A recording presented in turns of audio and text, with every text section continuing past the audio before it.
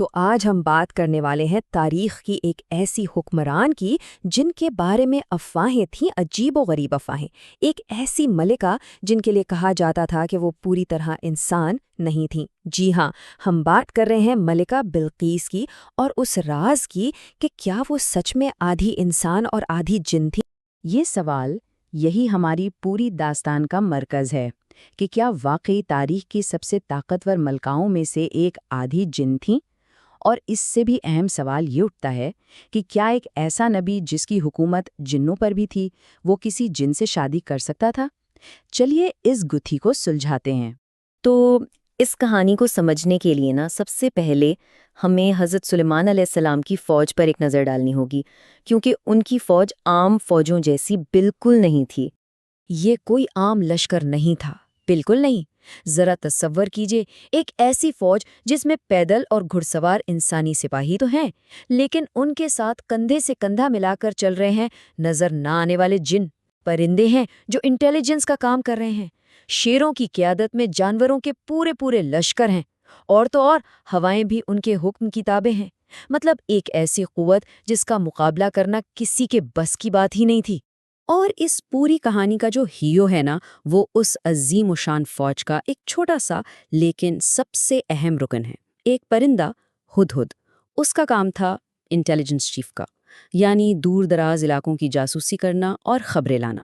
اب ہوتا یہ ہے کہ ایک دن فوج کا معائنہ ہو رہا ہوتا ہے اور ہدہد غائب، اور جب وہ واپس آتا ہے تو اپنے ساتھ ایک ایسی خبر لاتا ہے جو سب کچھ بدل کر رکھ دینے والی تھی۔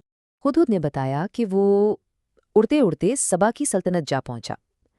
وہاں اس نے ایک بہت طاقتور ملکہ بلقیس کو اس کے عظیم الشان تخت پر دیکھا، لیکن اس نے ایک اور چیز بھی دیکھی۔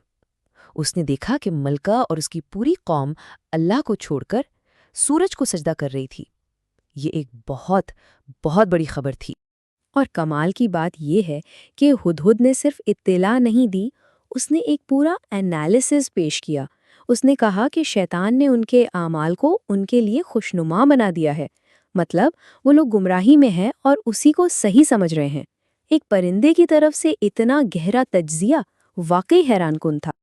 اب دیکھیے، حضرت سلیمان چاہتے تو فوراً فوج کشی کر سکتے تھے، لیکن نہیں، انہوں نے بہت حکمت سے کام لیا۔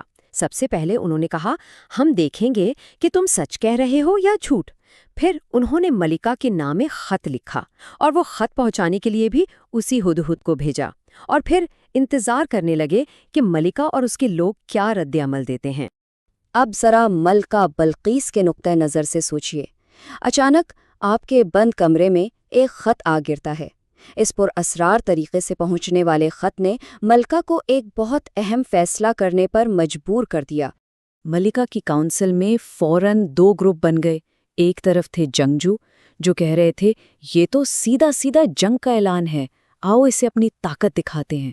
لیکن دوسری طرف احتیاط پسند لوگ تھے، وہ کہہ رہے تھے رکو، پہلے یہ تو سوچو کہ قاصد کہاں ہے۔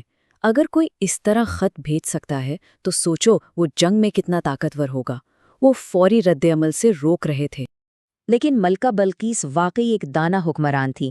انہوں نے بیچ کا راستہ نکالا، کہا نہ جنگ نہ صلح، ہم پہلے کچھ قیمتی تحفے بھیج کر دیکھتے ہیں کہ ان کا رد عمل کیا ہوتا ہے۔ یہ ایک امتحان تھا حضرت سلیمان کے ارادوں اور ان کی طاقت کو پرکھنے کا۔ اور حضرت سلیمان کا جواب بہت واضح اور دو ٹوک تھا۔ انہوں نے وہ تحفے مسترد کر دیے اور کہا، کیا تم لوگ مجھے مال و دولت سے خریدنا چاہتے ہو؟ جو اللہ نے مجھے دیا ہے وہ تمہاری اس دولت سے کہیں بہتر ہے۔ لے جاؤ اپنے تحفے واپس، ورنہ میں ایک ایسی فوج لے کر آؤں گا جس کا تم تصور بھی نہیں کر سکتے، اور پھر تمہیں ذلیل کر کے تمہارے شہروں سے نکال دوں گا۔ پیغام بالکل کلیئر تھا، انہیں دولت نہیں اطاعت چاہیے۔ اب ملکہ سمجھ چکی تھیں کہ انہیں خود جا کر ملنا ہوگا، تو وہ اپنے قافلے کے ساتھ حضرت سلیمان کی سلطنت کی طرف چل پڑیں، لیکن وہ اس بات سے بالکل بے خبر تھیں کہ ان کے پہنچنے سے پہلے حضرت سلیمان ان کے لیے کیا کیا معجزاتی امتحانات تیار کر رہے ہیں۔ حضرت سلیمان نے اپنے درباریوں سے ایک سوال کیا، ایک ایسا سوال جو سننے میں ناممکن لگتا تھا۔ انہوں نے پوچھا، تم میں سے کون ہے جو ملکہ کے یہاں پہنچنے سے پہلے اس کا تخت اٹھا کر یہاں لے آئے؟ سوچئے، ایک پورا تخت، ایک ملک سے دوسرے ملک،